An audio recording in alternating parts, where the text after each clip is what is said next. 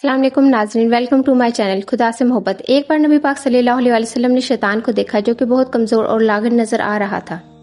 नबी पाक सल्लल्लाहु अलैहि वसल्लम ने शैतान से पूछा, तुम्हारा ये हाल कैसे हुआ? शैतान ने कहा, नबी पाक सल्लल्लाहु अलैहि वसल्लम, मैं आपकी उम्मत के 6 कामों की वजह से बहुत ज़्यादा परेशान हूँ।